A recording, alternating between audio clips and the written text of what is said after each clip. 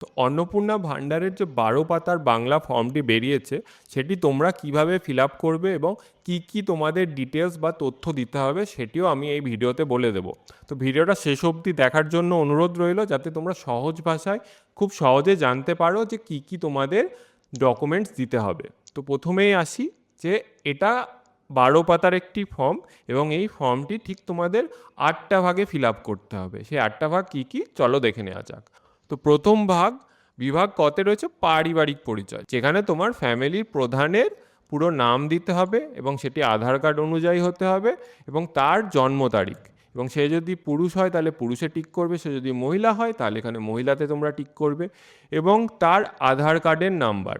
তার যদি digital ration card থেকে থাকে তাহলে এখানে ডিজিটাল রেশন কার্ডের আইডিটা উল্লেখ করে দিতে হবে, এবং পরিবারে কয়জন সদস্য রয়েছে, টোটাল পরিবারে যতজন সদস্য রয়েছে সেটি শুধুমাত্র সংখ্যায় তোমরা এখানে লিখে দেবে।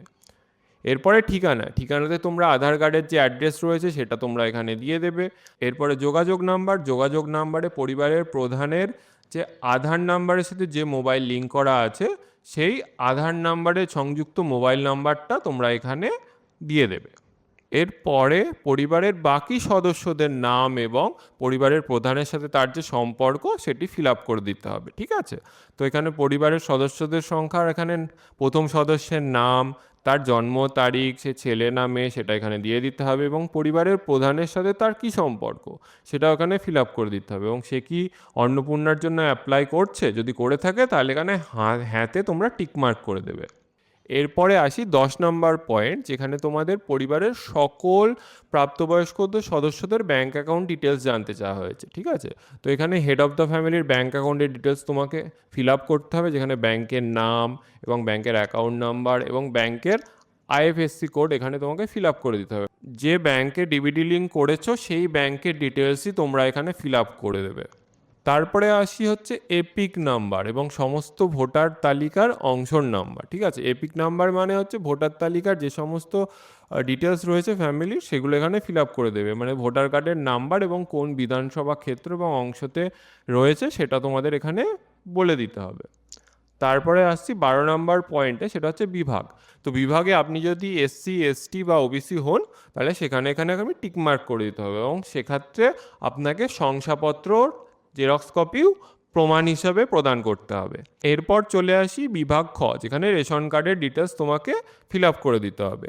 তো আপনার যদি ডিজিটাল রেশন কার্ড থাকে তাহলে এখানে হ্যাঁতে টিক করবেন, যদি না থাকে তাহলে নাতে টিক করবেন। কী ধরনের রেশন কার্ড রয়েছে, যে ধরনের রেশন কার্ডটা রয়েছে সেটা এখানে টিক করে দেবেন, এবং পরিবারটি রেশন দোকান থেকে যদি মাসিক রেশন তুলে থাকে তাহলে হ্যাঁতে টিক করবেন, যদি তুলে না থাকে তাহলে নাতে টিক করবেন। এরপরে বিভাগ খ এখানেই সমাপ্ত। তারপরে আসি বিভাগ গ, যেটি হচ্ছে সম্পদ। তো এখানে আপনার বাড়ির ধরন জানতে চেয়েছে, যে আপনার বাড়িতে কি 3 বা তার বেশি পাকা ঘর রয়েছে, যদি রয়ে থাকে তাহলে হ্যাঁ করবেন, যদি না রয়ে থাকে তাহলে না করবেন। এবং পারিবারিক জমির মালিকানা, আপনি যদি নিজস্ব বাড়ি থাকে তাহলে এখানে হ্যাঁ করতে হবে, যদি আপনি ভাড়াতে থাকেন তাহলে এখানে আপনি না করতে পারেন। এবং যদি আপনি হ্যাঁতে করেন তাহলে আপনাকে সমস্ত ডিটেলস এখানে জমির রেকর্ডের নথির কপি বা জেরক্স আপনাকে প্রদান করতে হবে, এবং পরিবারের সকল সদস্যের মোট জমির পরিমাণ এখানে শতক এখানে উল্লেখ করে দিতে হবে, এবং তার সমস্ত নথিপত্র আপনাকে প্রদান করতে হবে। এরপরে আপনার যানবাহনের সম্পর্কে জানতে চাওয়া হয়েছে, যে আপনার পরিবারে কোনো মোটর চালিত 4 চাকার গাড়ি রয়েছে কিনা। যদি থাকে তাহলে এখানে হ্যাঁ করে দেবে, যদি না থাকে তাহলে না করে দেবে। যদি থেকে থাকে সেটা গাড়ির কটা গাড়ি রয়েছে এবং তার রেজিস্ট্রেশন নাম্বারও এখানে উল্লেখ করে দিতে হবে, এবং গাড়ি জিপ বা ট্র্যাক্টর যদি থাকে তার মডেল নাম্বারও এখানে উল্লেখ করে দিতে হবে। এরপরে 5 নম্বর পয়েন্টে জানা হয়েছে হেলথ ইন্স্যুরেন্স বা স্বাস্থ্য বিমার সম্পর্কে। তোমার পরিবারের যদি কারোর স্বাস্থ্য বিমা বা হেলথ ইন্স্যুরেন্স নেওয়া থাকে তাহলে সেটা এখানে তোমাকে উল্লেখ করে দিতে হবে, এবং সেটি কি সরকারি ক্ষেত্রে থেকে করা হয়েছে না বেসরকারি ক্ষেত্রে করা হয়েছে সেটাও তোমাকে বলতে হবে, এবং বিমার অঙ্ক এবং প্রিমিয়ামের বিবরণও সেখানে উল্লেখ করে দিতে হবে। তো গ বিভাগ এখানে সমাপ্ত। তো তারপর চলে আসি বিভাগ ঘতে। তো এখানে আয় বা পেশা সম্পর্কে জানতে চাওয়া হয়েছে।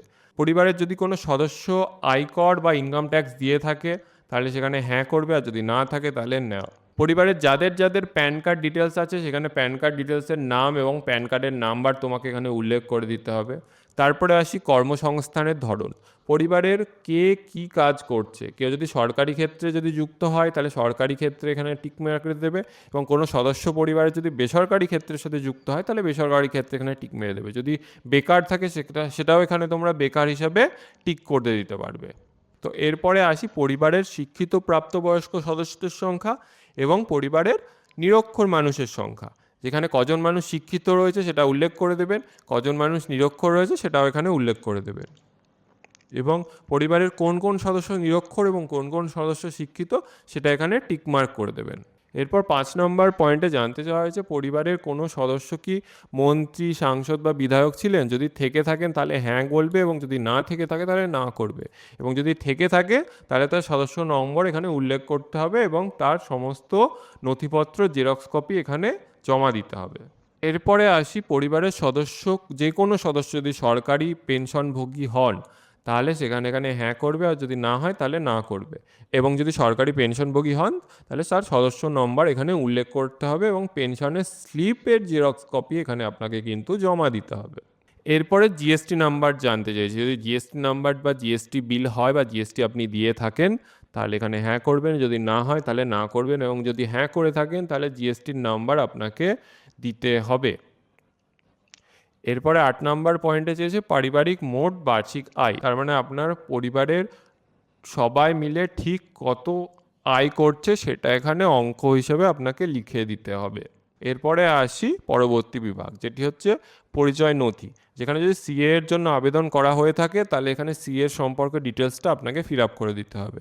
এবং তারপরে আসি যে কিষাণ ক্রেডিট কার্ড বা মৎস্যজীবী ক্রেডিট কার্ড বা হয়তো স্টুডেন্ট ক্রেডিট কার্ড যদি পরিবারের কেউ নিয়ে থাকেন তাহলে তার নাম্বার এবং তার আইডি সংখ্যা এবং কত তারিখে সেটি ইস্যু করা হয়েছে সেটা সেখানে ফিল আপ করে দিতে হবে। তারপরে যদি এসআইআরে আপনার নাম বাদ পড়ে থাকে সে সমস্ত ডিটেলসও এখানে আপনাদের জানিয়ে দিতে হবে। এরপরে আসি নেক্সট বিভাগ, যেটি হচ্ছে বিভাগ চ, যেখানে সামাজিক মর্যাদা এবং নির্ভরশীল ব্যক্তিগণের তথ্য জানতে চাওয়া হয়েছে। তো প্রথমে আসি যে এখানে জানতে চাওয়া হয়েছে বিদ্যালয়ের যে শিশু আপনার পড়ছে তাদের সম্পর্কে। তো আপনাদের শিশুর নাম এবং শ্রেণী এবং কোন বিদ্যালয়ে পড়ছে এবং বিদ্যালয়টা কি সরকারি না বেসরকারি সেটিতে আপনি টিক মেরে দেবেন। তারপরে আপনার বাচ্চার যে টিকাকরণ করা হয়েছে কি হয়নি সেটা আপনাকে দিয়ে দিতে হবে। যদি টিকাকরণ হয়ে থাকে তাহলে আপনার টিকাকরণের কার্ড বা আইডি যদি থাকে তাহলে সেটা জেরক্স কপি লাগবে, আর যদি না থাকে তাহলে শেষ টিকা নেওয়ার তারিখ আপনাকে বলে দিতে হবে। আর যদি টিকাকরণ করানো না হয়ে থাকে তাহলে কেন টিকাকরণ করানো হয়নি সেটার কারণও আপনাকে বলে দিতে হবে।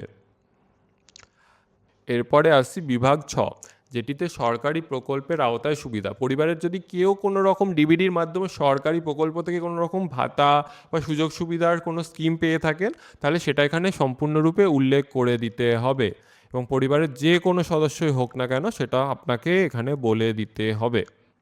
তো এবার আসি শেষ বিভাগে, সেটা হলো কি ঘোষণা ও সম্মতি। তো এর পর্যন্ত আপনি যে সকল ডকুমেন্টস দিলেন এবং যে সকল ফর্ম ফিল আপে আপনার ডিটেলসগুলো দিলেন সেগুলো যে সম্পূর্ণরূপে সঠিক সেটি আপনি ঘোষণা করছেন, এবং কোনো রকম যদি ভুল তথ্য প্রমাণিত হয় তাহলে আপনি এই সুরক্ষা থেকে সম্পূর্ণরূপে বঞ্চিত হবেন, সেটা এখানে আপনাকে সম্মতি দিতে বলা হচ্ছে। যার জন্য আপনাকে এখানে স্বাক্ষর করে দিতে হবে, আপনার সই লাগবে এবং এখানে সম্মতিতে টিক মেরে দেবেন।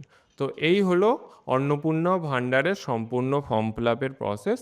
তো চ্যানেলটাকে সাবস্ক্রাইব করে দাও যাতে নেক্সট কোনো রকম আপডেট আসলে তোমরা সরাসরি এই চ্যানেলের মাধ্যমে সমস্ত কিছু তথ্য পেয়ে যাবে। Thank you.